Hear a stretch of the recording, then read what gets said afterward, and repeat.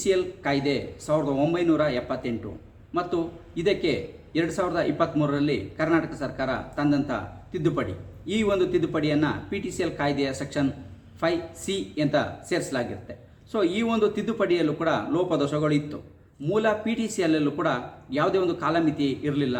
So ಹಾಗಾಗಿ supreme court ಈ ಒಂದು ಕಾಲಮಿತಿಯನ್ನು ಇದರಲ್ಲಿ ಪರಿಗಣಿಸಬೇಕು ಅಂತೇಳಿ ಹೇಳಿತ್ತು. ಆ ಒಂದು ಕಾಲಮಿತಿ ಇರಬೇಕು. ಯಾವುದೇ ಒಂದು ಕಾಯ್ದೆ ಆಗಲಿ ನಿಯಮ ಆಗಲಿ ಒಂದು ಕಾಲಮಿತಿ ಯಾವಾಗಿಂದ ಪ್ರಾರಂಭ ಆಗುತ್ತೆ, ಅದರ ಎಫೆಕ್ಟಿವ್ ಯಾವಾಗಿಂದ ಅನ್ನೋದು ಒಂದು ವಿವರವಾಗಿ ಇರಬೇಕು. ಹಾಗಾಗಿ ಮಾತ್ರ ಒಂದು ಸಮಂಜಸವಾದಂಥ ಒಂದು ಆ್ಯಕ್ಟ್ ಆಗಲಿಕ್ಕೆ ಸಾಧ್ಯ ಅಂತೇಳಿ ಸುಪ್ರೀಂ ಕೋರ್ಟ್ ಅಭಿಪ್ರಾಯವನ್ನು ವ್ಯಕ್ತಪಡಿಸಿತ್ತು. ಆ ಒಂದು ಅಭಿಪ್ರಾಯದ ಮೇರೆಗೆ ಕರ್ನಾಟಕ ಸರ್ಕಾರ ಒಂದು ಹೊಸ ತಿದ್ದುಪಡಿಯನ್ನು ತಂದು ಅದಕ್ಕೆ ಸೆಕ್ಷನ್ 5 ಸಬ್ ಕ್ಲಾಸ್ C ಹೊಸದಾಗಿ PTCLಗೆ ಸೇರ್ಪಡೆಯನ್ನು ಮಾಡಿತ್ತು. ಈ ಒಂದು ನಿಯಮದ ಪ್ರಕಾರ ಯಾವಾಗಲೇ ಮಂಜೂರಾಗಿರಲಿ ಅಥವಾ ಮಾರಾಟ ಯಾವಾಗಲೇ ಆಗಿರಲಿ ಅದನ್ನು ಅರ್ಜಿಯನ್ನು ಸಲ್ಲಿಸ್ಬೋದು ಅಂತೇಳಿ ಈ ಒಂದು ತಿದ್ದುಪಡಿಯನ್ನು ಮಾಡಲಾಗಿತ್ತು. ಈ ರೀತಿಯಲ್ಲಿ ಯಾವಾಗಲಾದರೂ ಮಾರಾಟ ಆಗಿರಲಿ ಯಾವಾಗಲಾದರೂ ಮಂಜೂರಾಗಿರಲಿ ಅಂತಂದ್ರೂ ಕೂಡ ಇದು ಒಂದು ಸ್ಪೆಸಿಫಿಕೇಶನ್ ಇಲ್ಲ ಅನ್ನೋದನ್ನು ನಮಗೆ ಕಂಡುಬಂದಿತ್ತು. ಸೊ ಹಾಗಾಗಿ ಮೇ 26ರಲ್ಲೇ ಈ ಒಂದು PTCL ಆ್ಯಕ್ಟ್ ಮತ್ತು ಅದರಲ್ಲಿನ ಲೋಪದೋಷಗಳು ಅಂತೇಳಿ ಒಂದು ವಿಡಿಯೋವನ್ನು ಅಪ್ಲೋಡನ್ನು ಮಾಡಿದ್ವಿ. ಸೊ ನೀವು ಆ ವಿಡಿಯೋನು ಕೂಡ ನೋಡ್ಬೋದಾಗಿರುತ್ತೆ. ಸುಪ್ರೀಂ ಕೋರ್ಟ್ ಏನು ಹೇಳಿತ್ತು, ಕರ್ನಾಟಕ ಸರ್ಕಾರ ತಿದ್ದುಪಡಿಯನ್ನು ಮಾಡಿದ್ದು, ಅದರಲ್ಲಿ ಇರುವಂಥ ತಪ್ಪುಗಳೇನು, ಇದ್ರ ಮೇಲೆ ಒಂದು ಮೇಲ್ಮನವಿಯನ್ನು ಸಲ್ಲಿಸಿದರೆ ಅಥವಾ ಯಾರಾದರೂ IPL ಹಾಕಿದರೆ ಇದರ ಒಂದು ಗಮನವನ್ನು ಕೂಡ ಹರಿಸ್ಬೋದಾಗಿರುತ್ತೆ. ಇದರಲ್ಲೂ ಕೂಡ ಲೋಪದೋಷ ಇದೆ ತಿದ್ದುಪಡಿಯಲ್ಲಿ ಅಂತೇಳಿ ನಾವು ಈಗಾಗಲೇ ಮೇ 26ರಲ್ಲೇ ಆ ವಿಡಿಯೋನ ಅಪ್ಲೋಡ್ ಮಾಡಿದ್ವಿ. ಆ ವಿಡಿಯೋ ಎಂಡ್ ಸ್ಕ್ರೀನಲ್ಲಿ ಅಂದರೆ ಈ ವಿಡಿಯೋ ಮುಗಿದ ಕೊನೆಯಲ್ಲಿ ಬರೋ ರೀತಿಯಲ್ಲಿ ಮಾಡ್ತೇವೆ. ಅದರ ಮೇಲೆ ಕ್ಲಿಕ್ ಮಾಡಿ ಕೂಡ ಆ ವಿಡಿಯೋನು ಕೂಡ ನೀವು ನೋಡ್ಬೋದಾಗಿರುತ್ತೆ.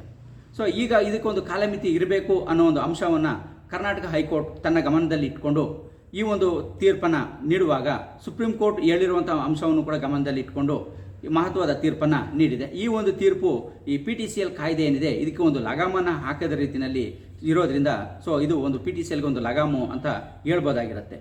ಈ ಒಂದು ಪ್ರಕರಣದ ಪೂರ್ತಿ ವಿಚಾರ ಅಂಶವನ್ನು ನೋಡೋದಕ್ಕಿಂತ ಮೊದಲು ನೀವಿನ್ನೂ ನಮ್ಮ ಚಾನಲ್ಗೆ ಸಬ್ಸ್ಕ್ರೈಬ್ ಆಗಿಲ್ಲ ಅಂದರೆ ಸಬ್ಸ್ಕ್ರೈಬ್ ಆಗಿ, ಹಾಗೆ ಬೆಲ್ ಬಟನ್ ಪ್ರೆಸ್ ಮಾಡಿ. ಕಾನೂನಿನ ಅರಿವು ಎಲ್ಲರಿಗೂ ಸಿಗುವಂತಾಗಲಿ. ಹಾಗೆ ನಮ್ಮ ವಿಡಿಯೋ ನಿಮಗೆ ಇಷ್ಟ ಆಗಿದ್ದರೆ ಲೈಕ್ ಮಾಡಿ, ಎಲ್ಲರಿಗೂ ಶೇರ್ ಮಾಡಿ.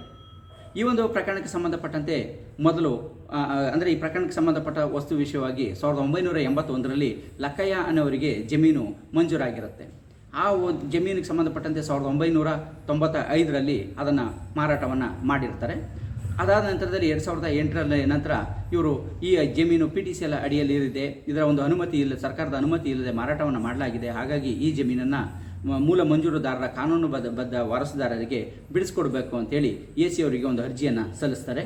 ಅದನ್ನು ಪುರಸ್ಕರಿಸಿದಂಥ AC ಅವರು ಆದೇಶವನ್ನು ಮಾಡಿರ್ತಾರೆ. ಸೊ ಈ ಆದೇಶದ ವಿರುದ್ಧ DC ಅವರಿಗೆ ಅರ್ಜಿಯನ್ನು ಸಲ್ಲಿಸಲಾಗಿರುತ್ತೆ. ಸೊ ಅಲ್ಲೂ ಕೂಡ DC ಅವರು ಕೂಡ AC ಅವರು ಮಾಡಿದಂಥ ಆದೇಶವನ್ನು ಮೇಲೆ ಎತ್ತಿ ಹಿಡಿಯುತ್ತಾರೆ.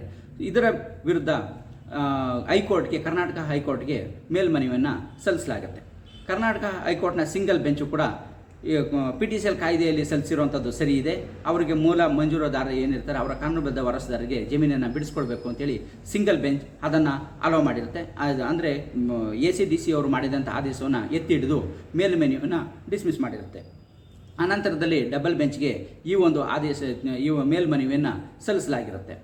ಡಬಲ್ ಬೆಂಚ್ ಇದನ್ನು ಪರಿಶೀಲನೆಯನ್ನು ಮಾಡಿದ ಸಂದರ್ಭದಲ್ಲಿ ಜೊತೆಗೆ ಈ ಹಿಂದೆ ಸುಪ್ರೀಂ ಕೋರ್ಟ್ PTCLಗೆ ಸಂಬಂಧಪಟ್ಟಂತೆ ಹೇಳಿದಂಥ ಹೇಳಿಕೆ ಅಂದರೆ PTCL ಕಾಯ್ದೆಯಲ್ಲಿ ಯಾವುದೇ ಒಂದು ರೀತಿಯ ಸಮಂಜಸವಾದಂಥ ಸೆಕ್ಷನ್ ಇಲ್ಲ, ಅಂದರೆ ವ್ಯಕ್ತಪಡಿಸಿಲ್ಲ, ಯಾವಾಗಿಂದ ಇದು ಎಫೆಕ್ಟ್ ಆಗುತ್ತೆ ಅಂತೇಳಿ ಇಲ್ಲ, ಹಾಗಾಗಿ ಆ ರೀತಿ ಬರಬೇಕು ಅಂತೇಳಿ ಅಭಿಪ್ರಾಯಪಟ್ಟಿತ್ತು. ಸೊ ಹಾಗಾಗಿ ಅದರ ಒಂದು ಆಧಾರದ ಮೇಲೇ ಕರ್ನಾಟಕ ಸರ್ಕಾರ 2023ರಲ್ಲಿ ತಿದ್ದುಪಡಿಯನ್ನು ತಂದಿತ್ತು. ತಿದ್ದುಪಡಿಯನ್ನು ತಂದಿದ್ದರೂ ಕೂಡ ಅದರಲ್ಲೂ ಕೂಡ ಸ್ಪೆಸಿಫಿಕೇಶನ್ ಯಾವಾಗಿಂದ ಇದರ ಒಂದು ಎಫೆಕ್ಟ್ ಜಾರಿ ಇದೆ ಅನ್ನೋದನ್ನು ತಿಳಿಸಿರೋದಿಲ್ಲ.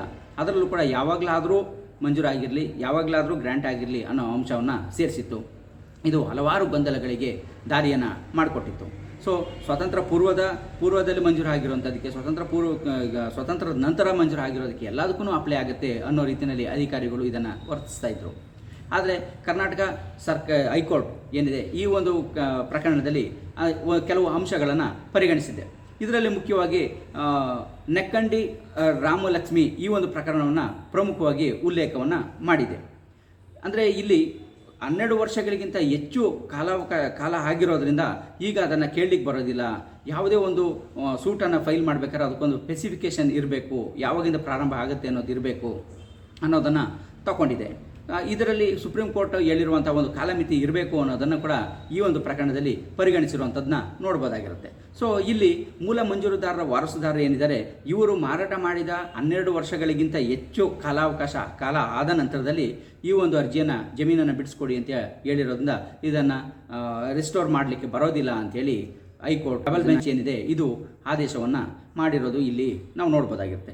ಈ ಒಂದು ಆದೇಶವನ್ನು M Manjula and others versus deputy commissioner and others ಈ ಒಂದು ಪ್ರಕರಣದಲ್ಲಿ ಮಾಡಿದೆ. ಈ ಪ್ರಕರಣದ ಪೂರ್ತಿ ಜಡ್ಜ್ಮೆಂಟನ್ನು ನೋಡೋದಕ್ಕೆ ಡಿಸ್ಕ್ರಿಪ್ಷನ್ ಬಾಕ್ಸಲ್ಲಿ ಕೊಟ್ಟಿರುವ ಲಿಂಕ್ ಮೇಲೆ ಕ್ಲಿಕ್ ಮಾಡಿ ಪೂರ್ತಿ ಜಡ್ಜ್ಮೆಂಟನ್ನು ನೋಡ್ಬೋದಾಗಿರುತ್ತೆ.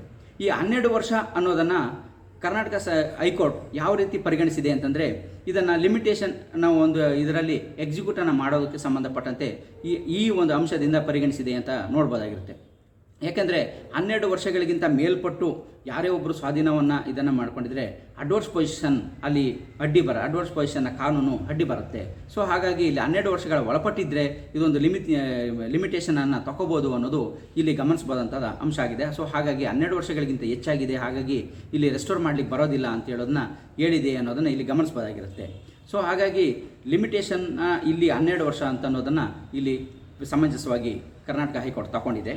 ಸೊ ಆದ್ರೂ ಕೂಡ ಈ ಒಂದು ಆದೇಶದ ಮೇಲೆ ಇನ್ನೂ ಕೂಡ ನಾವು ಸ್ಪೆಸಿಫಿಕೇಷನನ್ನು ಮಾಡಲಿಕ್ಕೆ ಬರೋದಿಲ್ಲ. ಇದರ ಮೇಲೆ ಒಂದು ಮೇಲ್ಮನವಿಯನ್ನು ಸಲ್ಲಿಸಿದಾಗ ಇದು ಕೂಡ ಬದಲಾಗುವ ಹೆಚ್ಚಿನ ಒಂದು ಸಾಧ್ಯತೆಗಳು ಇದೆ. ಏಕೆಂದರೆ ಮೂಲ ಕಾಯ್ದೆಯಲ್ಲಿ ಯಾವುದೇ ಒಂದು ಲಿಮಿಟೇಷನ್ ಇಲ್ಲದೆ ಇರೋದ್ರಿಂದ 12 ವರ್ಷ ಅಂತಲೇ ಹೇಗೆ ಪರಿಗಣಿಸಬೇಕು ಅನ್ನೋದು ಒಂದು ಮುಖ್ಯ ಅಂಶ ಆಗಿರುತ್ತೆ.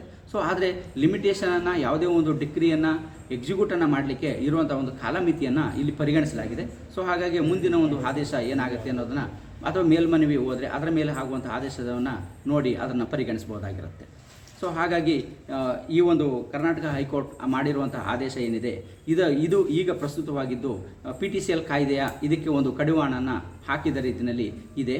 ಸೊ ಹಾಗಾಗಿ ಮುಂದೆ ಯಾವ ಆದೇಶ ಬರುತ್ತೆ ಅನ್ನೋದನ್ನು ನೋಡ್ಬೋದು. ಸದ್ಯಕ್ಕಂತೂ ಕರ್ನಾಟಕ ರಾಜ್ಯದಲ್ಲಿ ಇರುವಂಥ PTCL ಕಾಯ್ದೆ ಏನು ಜಾರಿ ಇದೆ ಇದಕ್ಕೆ ಒಂದು ಕಡಿವಾಣ ಇದ್ದು 12 ವರ್ಷಗಳಿಗಿಂತ ಮೇಲಾಗಿದ್ದರೆ ಮಾರಾಟ ಮಾಡಿ ಅದನ್ನು ಕೇಳಲಿಕ್ಕೆ ಬರೋದಿಲ್ಲ ಅನ್ನೋದನ್ನು ಈ ಒಂದು ನವೆಂಬರ್ 25ರಲ್ಲಿ ಕರ್ನಾಟಕ ಹೈಕೋರ್ಟ್ ಏನು ಆದೇಶ ಮಾಡಿದೆ ಇದರಂತೆ ಪರಿಗಣಿಸಬಹುದಾಗಿದೆ ಅನ್ನೋದನ್ನು ಈ ಮೂಲಕ ನಾವು ನೋಡ್ಬೋದಾಗಿದೆ.